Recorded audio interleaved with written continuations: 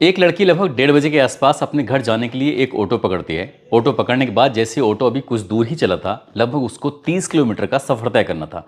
लड़की को थोड़ा शक होता है, वो अपनी भाभी को फ़ोन मिलाती है। भाभी से कहती है, भाभी मुझे ये ऑटो वाला बिल्कुल भी अच्छा नहीं लग रहा है।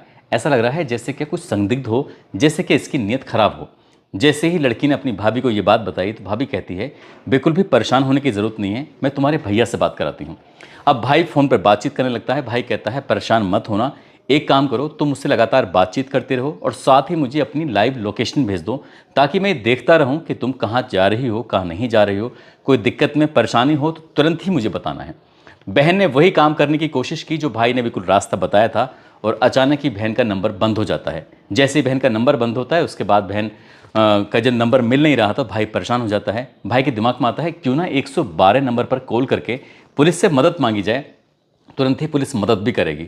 लेकिन पुलिस शायद उतनी ईमानदारी से, उतनी शिद्दत से वो काम नहीं कर पाती है, और देखते ही देखते एक कत्ल हो जाता है।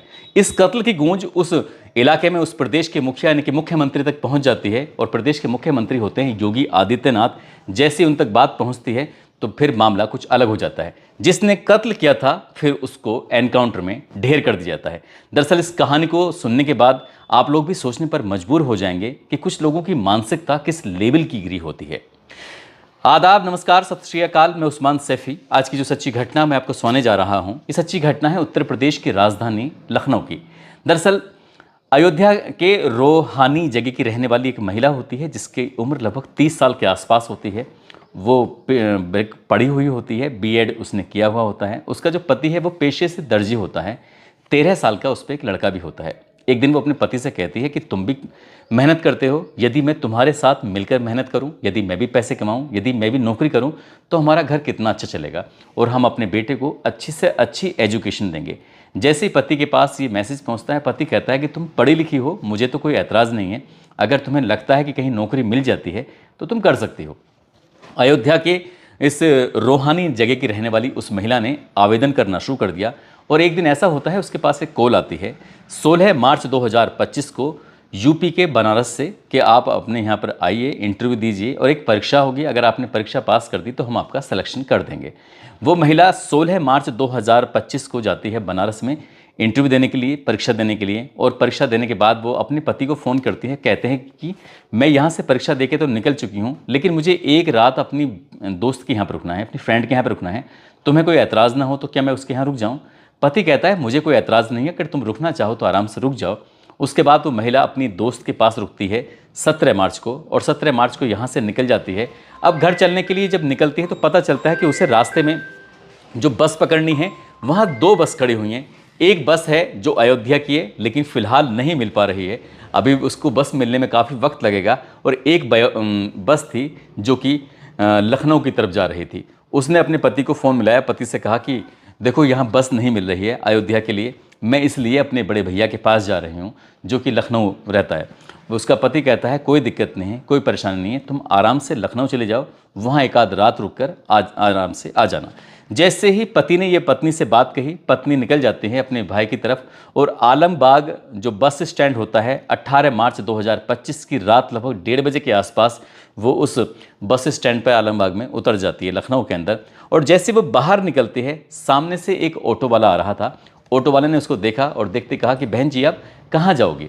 जैसे ही ऑटो वाले ने उस लड़की से पूछा तो उस लड़की ने कहा कि भैया मुझे यहाँ जाना है चिन्हट में एक जगह लगती है कमता। तो वो कहता है कि बहन जी आपको पता है यहाँ से लगभग 30 किलोमीटर दूर है, पैसे की बार्गेनिंग होती है। वो कहता है कि ठीक है। जैसे जैसे पैसे की बातचीत होती हो, पैसे की बातें हो जाती है। अब इसके बाद उस लड़की ने अपने भैया को फ़ोन मिलाया, और भैया को फ़ोन मिलाने के बाद कहा कि वो आलमबाग बस स्टैंड से यहाँ से निकल चुकी है, उसने एक ऑटो पकड़ लिया है और अगले लगभग 35 मिनट से 40 मिनट में वो घर पहुँच जाएगी, और आप बिल्कुल भी परेशान मत होना। जैसे ही अभी ये सफ़र थोड़ा सा शुरू ही हुआ था, अभी कुछ किलोमीटर चले ही थे कि अचानक उस लड़की ने दोबारा से अपनी भाभी को फ़ोन लगाया और भाभी से कहा कि भाभी मुझे ना इस ऑटो वाले की कुछ आदत अजीब सी लग रही है, बात करने का ढंग उसका अजीब सा लग रहा है, बोल चाल का भी ढंग बिल्कुल ऐसा लग रहा है जैसे कि नशे में हो। भाभी कहती है बिल्कुल परेशान मत हो, मैं तुम्हारे भैया से अभी की अभी बात कराती हूँ।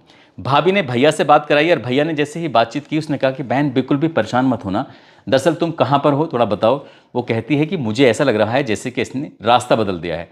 तभी भैया कहता है कि मेरी इससे बात कराओ। जब ऑटो वाले से बातचीत की जाती है तो ऑटो वाला कहता है कि भाई साहब आप बिल्कुल भी परेशान मत हो, दरअसल जिस रास्ते की आप बात कर रहे हैं उस रास्ते पर मेट्रो का काम चल रहा है और मेट्रो का काम चलने की वजह से मैंने ये रूट बदल दिया है क्योंकि रास्ता बहुत ज़्यादा ख़राब था। आपको कोई एतराज़ ना हो तो फिर मैं आगे बढ़ूँ। वो कहता है कि ठीक है। जैसे ही इस भाई ने अपनी बहन से कहा कि तुम लाइव लोकेशन भेज दो, मैं देखता रहूँगा कि तुम कहाँ पहुँची कहाँ नहीं। अब रात के 2:35 के आसपास का वक्त हो चला था। वो आती नहीं है, दिखाई नहीं देती, ना ही फ़ोन पर जब बातचीत की जाती है तो फ़ोन उठना बंद हो जाता है, यानी कि फ़ोन स्विच ऑफ हो जाता है। भाई की टेंशन बढ़ जाती है। भाई ने फिर ट्राई किया और लगातार वो 10-15 मिनट तक ट्राई करता रहता है। वो सोचता है कि आखिरकार करूँ तो क्या करूँ। तभी उसके दिमाग में ख्याल आता है कि 112 नंबर पर फ़ोन करता हूँ, पुलिस को सूचना देता हूँ कि उसकी बहन ख़तरे में है। जैसे ही उसने रात को 3 बजे के आसपास अपनी बहन के लिए फ़ोन किया पुलिस को, पुलिस ने इस मामले को उतनी गंभीरता से नहीं लिया था। हालांकि पुलिस ने कोशिश की थी, लेकिन पुलिस ने उतनी शिद्दत, उतनी ईमानदारी से कोशिश नहीं की और यही कारण है कि फिर उसका भाई खुद अपनी बहन को ढूंढने के लिए निकल जाता है। पुलिस भी ढूंढ रही थी और अब ये बात थी रात के 18 मार्च की। अब 19 मार्च की सुबह का समय हो जाता है। सुबह के 5 बजे के आसपास का वक्त हो रहा था। वाजिद नगर एक जगह लगती है, वहाँ पर सघन सहकारी समिति के पास एक इशरत बाग है और इशरत बाग में उस लड़की की लाश मिल जाती है। जैसे लाश मिलती है, परिवार के लोगों का रो रो कर बुरा हाल हो जाता है। जो पति तक बात पहुंचती है तो पति का भी रो रो कर बुरा हाल हो जाता है। पति भी पूरी कहानी बयां करता है कि कैसे कैसे वो घर से निकली थी, उसने परीक्षा दी, फिर उसे अपने सहेली के पास पहुंच जाती है, फिर अपने भाई के पास आ रही थी और ये सब हो जाता है। 13 साल का उसका लड़का था, उसका भी रो रो कर बुरा हाल हो जाता है। अब ये मामला सोशल मीडिया पर बहुत तेज़ी के साथ गूंजने लगता है। अखबारों में खबर छपनी शुरू हो जाती है और बताया जाता है कि उस लड़की ने अपने बचाव के लिए हर संभव प्रयास किया था। पुलिस को भी मदद मांगी गई थी, उसने लाइव लोकेशन भी शेयर की थी, लेकिन आखिरकार मामला क्या है। जैसे ही हड़कंप मचता उसके बाद फिर पुलिस ने अपनी खामियों को देखते हुए 6 पुलिस वालों को तत्काल प्रभाव से सस्पेंड कर दिया और पुलिस ने ये प्रण लिया कि जितनी जल्दी हो सके इस घटनाक्रम का हम लोगों को खुलासा करना है। 60 पुलिस अफसरों की 6 टीमें बनाई जाती हैं ये देखने के लिए कि आखिरकार पूरा मामला क्या है। पूरी पड़ताल पुलिस करना शुरू कर देती है। पुलिस ने लगभग 6000 सीसीटीवी कैमरों को खंगालना शुरू किया और 6000 सीसीटीवी कैमरे खंगालने के बाद एक दुबग्गा एक जगह लगती है। दुबग्गा के पास पता चलता है कि एक बिना नंबर प्लेट का एक ऑटो है जो लगातार चक्कर काट रहा है। दरअसल जब वो आगे बढ़ रहा है तो वो बड़े संभल के आगे बढ़ रहा है, लेकिन पुलिस ने सोचा कि इसकी हिस्ट्री चेक करते हैं, देखते हैं कि आखिरकार ये कहाँ से आया, कहाँ गया, कहाँ नहीं। जब उसकी हिस्ट्री को चेक करना शुरू किया है तो उसके बारे में पता चलता है कि इसका कुछ ना कुछ रोल है। अब पुलिस ने ये तो अंदाज़ा लगा लिया था कि एक इस तरह का ऑटो है, इस तरह का रिक्शा है जो संदिग्ध है। साथ ही पुलिस ने ये देखना शुरू किया कि आखिरकार ये जो ऑटो है दुबग्गा के पास देखा गया है क्या। पूरी पुलिस ने लगभग 5000 जो नंबर थे, 5000 नंबरों को पुलिस ने सर्विलांस पे लगा दिया। जैसे पुलिस ने 5000 नंबरों को सर्विलांस पे लगाया, अब पुलिस ने यह देखना शुरू किया कि घटना स्थल पर जहां पर लाश मिलती है वहां पर कितने नंबर एक्टिवेट थे और साथ ही जो दुबग्गा जगह है क्या वहां भी वही नंबर एक्टिवेट होते हैं। तब छटनी करते करते आखिरकार पुलिस के सामने 2 नाम आते हैं और एक नाम होता है अजय कुमार द्विवेदी और दूसरा नाम होता है दिनेश कुमार। दरअसल ये दोनों सगे भाई होते हैं।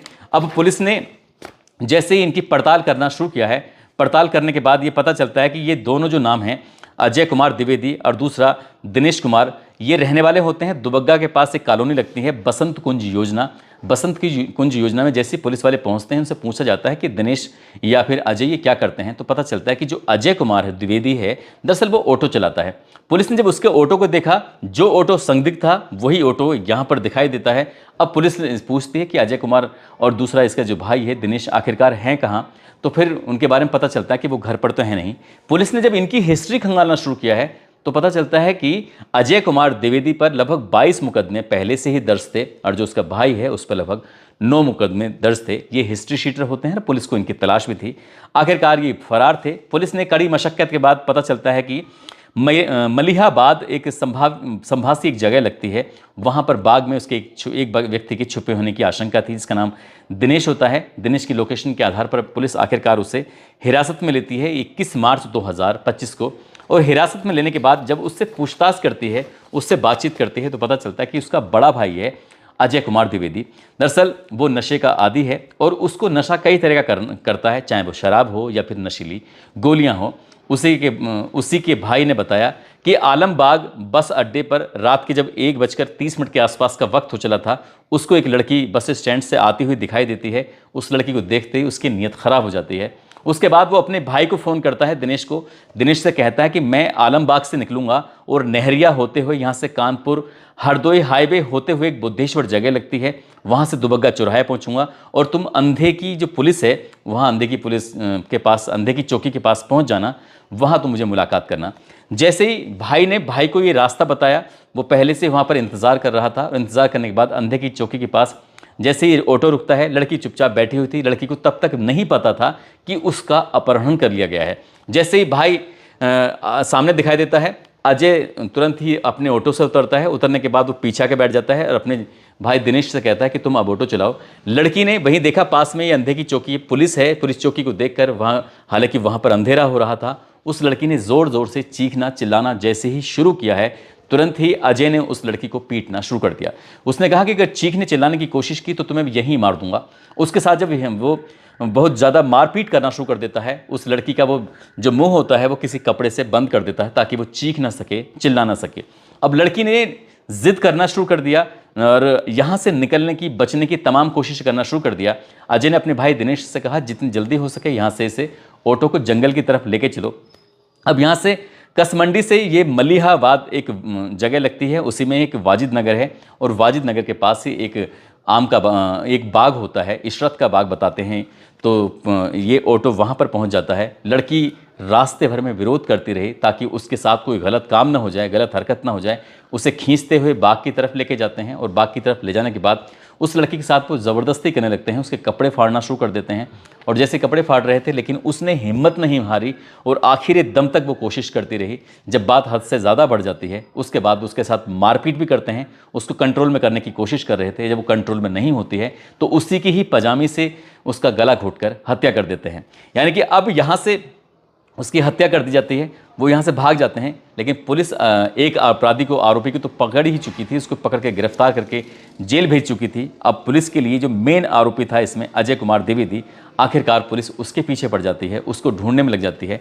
तो ये 21 मार्च 2025 की ही रात लगभग 9 बजे के आसपास उसकी जो लोकेशन पाई जाती है वो हरदोई हाईवे के पास आम्रपाली वाटर पार्क होता है। वहाँ पर एक महमूद नगर होता है। महमूद नगर की तरफ से वो बाइक लेकर आ रहा था। पुलिस ने उसे रोकने की कोशिश की और रोकने की जब कोशिश की तो वो रुकता नहीं है। पुलिस उसे समझाने की कोशिश कर रही थी, उससे कह रही कि रुक जाओ, लेकिन पुलिस को देखते ही उसने एकदम से पुलिस को देखते ही गोली चला दी। और जैसे ही वो पुलिस की तरफ गोली चलाता है, पुलिस जवाबी कार्रवाई में उसको भी गोली मार देती है। जैसे ही उस व्यक्ति को गोली लगती है, वो गंभीर रूप से घायल हो जाता है और नज़दीकी उसे हॉस्पिटल में एडमिट कराया जाता है, लेकिन तब तक उसकी मौत हो चुकी थी। जैसे ही पुलिस ने उसके बारे में जानने की कोशिश की, पता चलता है कि 1 साल पहले उसकी पत्नी का देहांत हो चुका है और उसकी 1.5 साल की बेटी है जो छोटी सी बच्ची है। अब उस बच्ची की परवरिश कैसे होगी? साथ ही उसकी वजह से एक बेकसूर महिला की, जिसकी कोई गलती नहीं थी, जो कि मेहनत से अपने पति का, अपने परिवार का भरण पोषण करना चाहती थी, जो कि अपने बेटे को एक अच्छी एजुकेशन देना चाहती थी, एक नौकरी की तलाश में थी, उसकी उस महिला को देखकर नीयत खराब हो जाती है। उसके साथ वो रेप जैसी घटना को अंजाम देने की पूरी कोशिश करता है, लेकिन उस महिला ने अपनी जान देना बेहतर समझा, लेकिन उस दरिंदे के सामने वो किसी भी कीमत पर झुकी नहीं। जब ये बात उत्तर प्रदेश के मुख्यमंत्री योगी आदित्यनाथ तक पहुंचती है तो इस घटना को लेकर उन्हें बड़ा अफसोस होता है और इस मामले की जांच पड़ताल जब की जाती है तो पता चलता है कि आखिरकार वो व्यक्ति खुद हिस्ट्री शीटर होता है। पुलिस ने उसको सबक सिखाने के लिए हमेशा के लिए मौत की नींद सुला दिया। दोस्तों, इस पूरे घटनाक्रम को सुनाने का उद्देश्य किसी को परेशान करना नहीं है, किसी का दिल दुखाना नहीं है, बल्कि आपको जागरूक करना है, आपको सचेत करना है। तो जाते जाते ये शाहजहाँपुर के रहने वाले हैं सचिन यादव। आज इनका जन्मदिन है। इनको जन्मदिन की ढेरों सारी शुभकामनाएं, बहुत बहुत मुबारकबाद। साथ ही प्रयागराज के रहने वाले हैं जितेंद्र कुमार, उनकी पत्नी है सुशीला। आज इनकी शादी की सालगिरह है। इनको शादी की सालगिरह की बहुत बहुत शुभकामनाएं, बहुत बहुत मुबारकबाद। कुछ लोगों ने नाम लेने की अपील की है, जिसमें नफीस खान गोपालगढ़ से हैं, दिनेश गोयल उनकी पत्नी मनीषा हैं, कुवैत से अब्दुल्ला मंसूरी हैं, चौधरी सुरेश चौधरी उनकी पत्नी सुमन चौधरी जो कि जोधपुर के रहने वाले हैं, दिल्ली से जाहिद राजपूत हैं, जो साथ ही बिहार के रहने वाले संजय सिंह, अमरोहा से हरपाल सिंह राणा, संभल से अहमद सैफ़ी, बाराबंकी से वंदना वर्मा, मध्य प्रदेश से अभय साहू, आरजू खान, आगरा से योगेश सिंह, विजय कुमार, मुरादाबाद से देविंदर सिंह, गुजरात से विनोद सोलंकी, बाराबंकी से नूर अहमद, लखनऊ से उपेंद्र सिंह, सोनू सागर। आप सब लोग अपना ख्याल रखें, सुरक्षित रहें। जय हिंद, जय भारत।